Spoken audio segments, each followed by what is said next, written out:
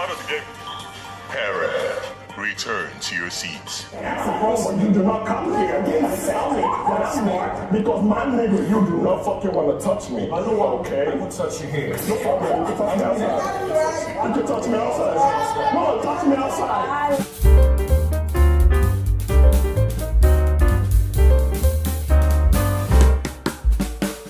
All right, let's talk about the Pere and Adekunle's fight during the Head of House challenge yesterday. Guys, there were two things at play yesterday.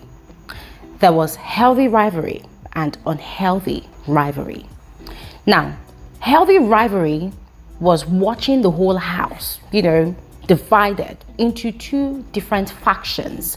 There was the Pere, Kidwire, New, Tolani Badge, and who else? Yeah, I think those 5 people. There was that faction, and then there was the other faction that was a makeup of the Pepper Gang crew, their friends and lovers. Oh, I forgot to add that there was the middle faction, the neutrals. I'd mentioned that amongst the neutrals, we had White Money and CEECEE. Yes, initially I had on that list DOYIN and Bbnaija, but turned out that DOYIN picked a side. Yes, because she was working with the ideology of women for women. Yes, women standing up for women, women supporting women, and it kind of worked in her favor. So I'm thinking she was the only person that benefited from her own conspiracy or whatever you want to call it. But the point is, there were two things at play yesterday: healthy rivalry and unhealthy rivalry. We saw healthy rivalry during the conspiracy sessions of these different factions, right? That, for me, that was healthy rivalry. I mean, Big Brother gave the go-ahead for these housemates to have such conversations. And so having such a conversation for me is healthy rivalry. Go ahead, talk about it, conspire with people. That is fine because it is part of the game. Now, unhealthy rivalry happened right there in the arena. Guys, for those of us that watched exactly what happened, we saw it play out. But then it was so appalling to me that other people tried to spin the narrative. And you see, that's what I try doing on this channel. We talk about the game, we talk about the competition, we talk about the strategies of different housemates. But then when we begin to see some level of narratives being spun, to go in the favor of just one housemate, I'm like, no. We do not allow such unfairness here. We will call a spade a spade. We will speak frankly so that people who did not catch up on such instances or such situations will be enlightened, will be informed. And that was what Adekunle's fans tried to do yesterday. They tried to spin the narrative. They were going on and on social media talking about how Adekunle won a battle, against Pere's bullying. And I'm like, really? On top of which show? Which Head of House challenge did we watch? So, ladies and gentlemen, I'm going to tell you all exactly what happened, all right? And the aftermath of all of that drama that happened right from the Head of House lounge, all right? Now, please go ahead, share with me your thoughts in the comment section below. I look forward to hearing from all of you, all right? And there were so many other things that happened last night. Don't worry, I'm going to be making multiple videos today to share all of the details with you all right? And yeah, special greetings to every single one of you. You are all welcome back to my YouTube channel. My name is Gloria Elijah. This is Frankly Speaking with Gloria Elijah, and I am the girl with the T. Please go ahead, do exactly what you see on your screen. If you're yet to become a part of this community, please like this video. Feel free to share this video. All right, now that said, let's proceed with the details of this conversation. The conspiracy was so intense yesterday to the point that Cross had actually come through with the information he had shared with his faction about what he has with Bbnaija on the outside. If you all recall, on one of my videos, I had told you all that during their deliberation session, Cross had mentioned that there's something he has with Bbnaija on the outside.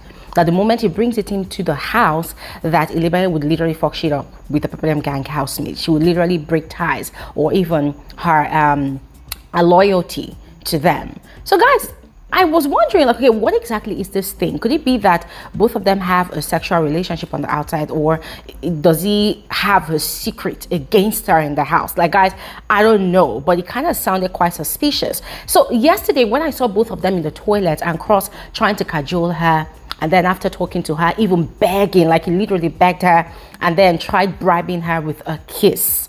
Guys, you could see that Bbnaija was almost melting in that conversation. You could see that she was almost carried away. Now, whilst that whole conversation was happening, Bnaija was hiding.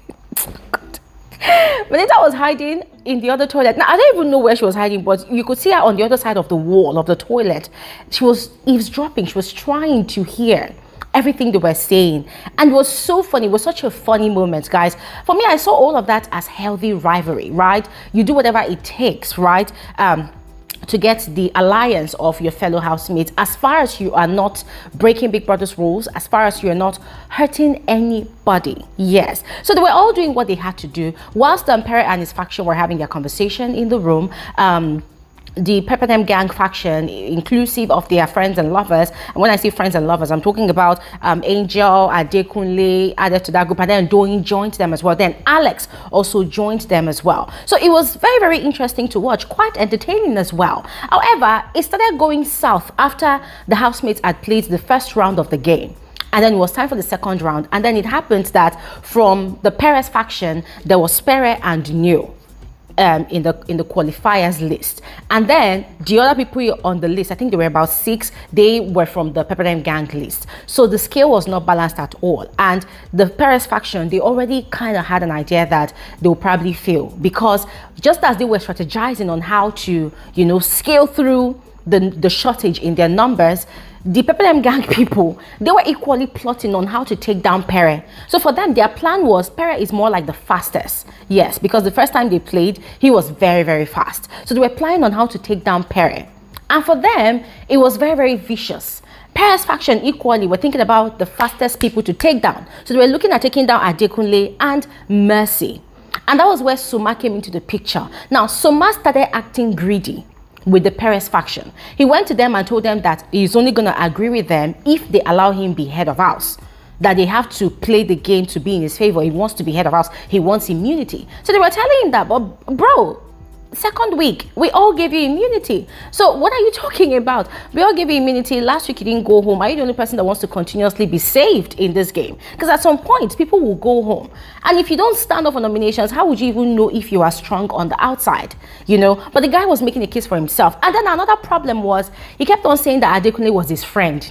So he could not play the game according to how that faction wants, you know, to take down Adekunle's own box. So they were all kind of worried, like, okay, so why are you here if you do not want to go against your friend? Guys, what we did not know was that Soma was actually a mole. Soma literally packed every single thing he had heard from that conversation, inclusive of Alex, who had, you know, walked into them and walked in on them having the conversation. And by virtue of the fact that he is friends with Pere and she is friends with Pere, and Pere had been, you know, giving her all that attention, right? Both of them literally ran out to the garden to inform the Pepper gang faction of all the plans and strategies of the Perez faction. And that went against them. Now, within that Pepper gang faction, there was also a female empowerment faction that comprised of Mercy, DOYIN, I think there was Alex. Yes, I think there was Alex. Now, these three, oh, Angel, not even Alex, yes, Angel. So these 3 people actually qualified for the game. So for them, they don't want the guys to get it, yes. So it was either going to be a female or nothing. So their plan was equally to take down Perez box, right, and allow a female to become head of house, because they were tired of the guys being the head of house. So guys, there was healthy rivalry everywhere. For me, that was how I saw it. In the midst of all of that conspiracy, you could see a difference. In the Perez faction, it was not necessarily malicious. Yes, for them, all they wanted to do was to tip the scale to be balanced in the house, because they felt like the Pepper gang housemates had been wielding the power and things had been a bit chaotic, and they have a plan and they have the advantage of numbers. Yes, but with the Pepper gang housemates, courtesy of Bnaija, yes, and yes, Adekunle at some point, they were making it look like it was a fight. Like, yes, And also, in a way, I could not really blame them because it also boiled down to the way Alex was passing on the information, Alex and Soma. So they were making it look like the Pere's faction wanted to literally kill Adekunle. In fact, they were even talking about, they want to break your leg. I'm like, at what point did we get all this kind of, information? So those other people, that's the Pere Gang people, they were kind of malicious about it and they were ready for war. So yes, it seemed like it was war yesterday, but there was a difference in the energy. So by the time Big Brother called the qualifiers back into the arena, ladies and gentlemen, Adekunle started playing dirty. Yes, Adekunle was playing dirty because this was what happened. Just as the girls planned, they were running and pouring all their sand in Pere's box. Now, Soma was running to go and pour in Mercy's box because that was what he said he was going to do. He said he wanted to be head of house. Pere was pouring in Adekunle's box. Neo was also pouring in Adekunle's box. Now, here's what happened. Adekunle went to pour inside Pere's box and used his hand to press down the box, like he dragged down the box. He was pouring his last bowl of sand. Now, at that point in time, Pere was not really aware that he was already out of the game because the rule of the game states that the moment your box, goes down, you are out, right? Now, Pere was running to go and pour sand into Adekunle's box. Look at what Adekunle did, guys. Like, it was literally blocking Pere. Even Neo was trying to pour sand in his box. Adekunle stood there and was blocking. It was the moment he was there. You know how reflex action works, He was already blocking and Pere was already going to pour the sand. That was when he was blocking and automatically his hand hit the bowl from Pere's hand and the sand poured partially on Adekunle and partially on the floor. Now, Neo had gone round and poured the sand in Adekunle's box. Now, it was at that point that people had told Pere that Pere was out of the game, his box was full. So guys, it was so dirty, it was so chaotic because at some point people had told the players to stop. I guess they had done a rewind and Big Brother had mentioned that, Adekunle did not break any rules. I think they can continue the game. I'm like, I don't understand what's happening because everybody except Neo and Pere cheated. Yes, every other person cheated. And I'm talking about the people from the Women Empowering Women faction and Adekunle representing the Pere Gang faction. They all cheated because Mercy was pouring in Soma's box at some point and she had used her hand to push down Soma's box. Soma decided that, let's all go crazy. This guy went ahead to the sandpit. He used 2 bowls, which was not part of the instructions that Big Brother gave. Yes, we used 2 bowls, packed sand, went to go and pour in Mercy's box and used his hand to equally drag down Mercy's box. So guys, everything became chaotic. Neo was frustrated at this point because he was the only person aside Pere that had been, told to sit down that was playing the right thing, that was playing fair. Now, what really pissed me off yesterday, and I'm glad that Big Brother actually rectified that situation, was when Biggie had actually gone to rewind the tape and had said Adekunle did not break any rules, that they could continue. I'm like, Biggie, seriously? Seriously? Adekunle was playing dirty, cheating. Soma was doing the same thing. And Biggie, you are telling us Adekunle did not break any rules. So guys, of course, trust Twitter. Everybody was tweeting. Then Biggie now told them to pause again. And that was when he had now disqualified Adekunle and Soma. So at that point in time, tempers were already high. People were already angry. Pere was really angry because what Adekunle did was really dirty. And ladies and gentlemen, this is what Adekunle's fans called standing up against bullying. Like, how exactly? How? So fast forward to Big Brother telling all of them to get into the house because the whole thing was a mess. In fact, Neo was so upset. He was so angry. He said he was not playing the game anymore. So by the time they got into the house, Neo was upset. The guy was ranting. Pere too was angry as he should be. He was angry. Adekunle was out, he was so excited for him. Yes, I've flexed my muscle. I've showed Pere that he's not the only villain that can be on Big Brother. I'm like, what is wrong with this child? Why are you all excited about disgracing yourself in the arena? This is not how Adekunle wins battles. Adekunle does not win battle with a gutter behavior. No, Adekunle does not win battles with a gutter behavior. Adekunle does not compete with a gutter behavior. Adekunle that we know competes classily and he gets proper results. This one we are seeing this season, what the hell is that? This guy in body, they shake. Hey. I say, even small ash, they shake. Really? And it became a crazy back and forth, like a heated altercation between Pere and Adekunle. And Pere looked at Adekunle and said, you're marked. don't worry, we'll meet outside. Adekunle was like, you are marked, we'll meet outside. He started calling the whole Lagos Island people, whether only God knows.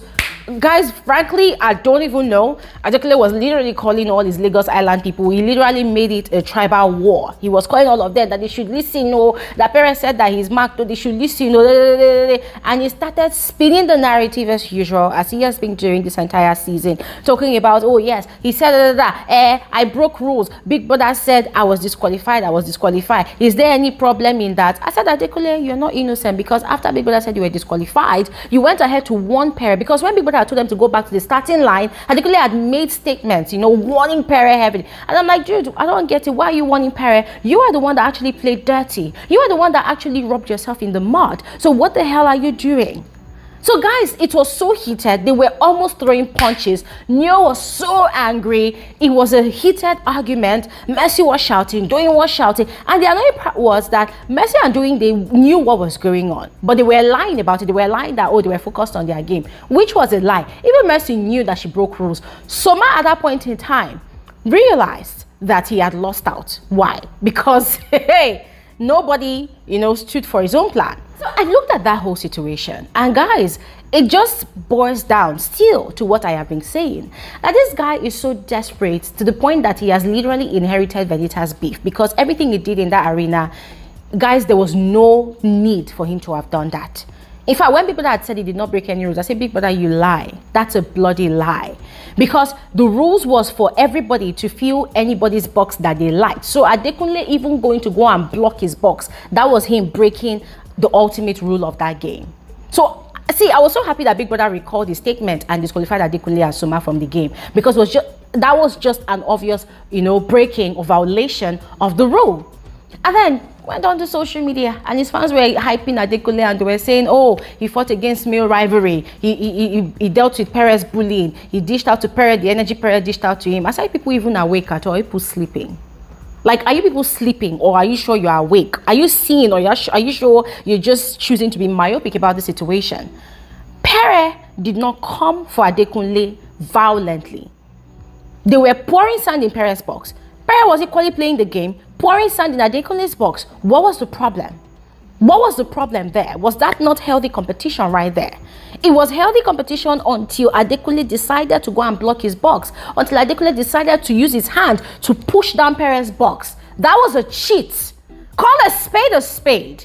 Yes, call a spade a spade. At this point, Adekunle has lost it. He has lost it.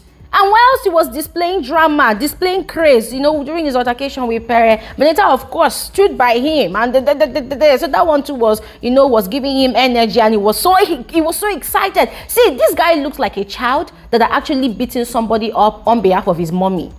And so he was running to his mommy for candy, and Bnaija was patting him, more like, well done, yes, we have dealt with him. I'm like, really? Really? You know what, guys? At this point, I just thought I should let you all know the actual facts of the situation. Yes, when I saw all that nonsense about, Pere bullying Adekunle fighting back, I'm like, bull's crap. That was not what happened. But anyways, I've shared with you all what happened. Go ahead, let me know your thoughts in the comment section below. I'll see you guys on another video soon. Have an amazing day. Bye.